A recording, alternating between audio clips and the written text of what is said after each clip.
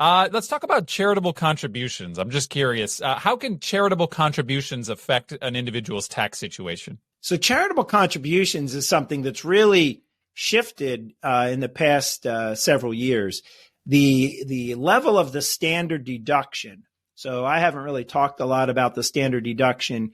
The standard deduction is the amount that you take against your income. So you figure out your adjusted gross income, and then you deduct either your itemized deductions. If you have a big mortgage and you pay a lot of interest and you make charitable contributions to your question here, they all end up as itemized deductions. But for many people, especially in the past several years, the standard deduction has become high enough that it's higher than their itemized deductions.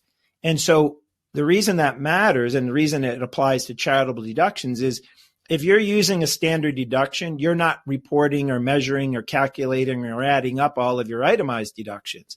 So if one of those deductions against income is charity, but you're doing a standard deduction, it doesn't matter. It doesn't count. It doesn't offset income. So here's what we're seeing as a good way to still get a deduction for your charitable deductions. And this goes back to the theme of really what I'm trying to bring home at this time of year when we're getting ready for taxes is thinking about next year and the coming years and getting yourself well organized now and understanding, what the situation is. You can make what's called a donor advised fund contribution. That would be a qualified charitable contribution, a deductible contribution. And perhaps you are charitably inclined and you have a few charities that you give to on a regular basis. You could make a donor advised fund contribution and make that to this entity that will receive a larger sum, and that larger charity in that 1 year you could use in that particular year as an itemized deduction.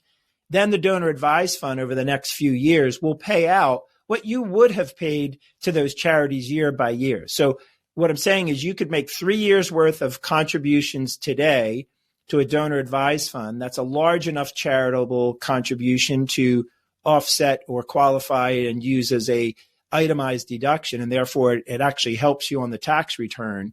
And you still make the same contribution or the same, charitable contributions you would have to those entities. On the flip side, let's say you only did 1/3 of that this year, 1/3 the next year, and 1/3 the next year, and that wasn't enough to push you into itemizing your deductions. You would have gotten no value, no benefit from your charitable deduction. So charity is one where we have seen that has been harder to qualify for if a person's kind of right on the threshold of standard deductions.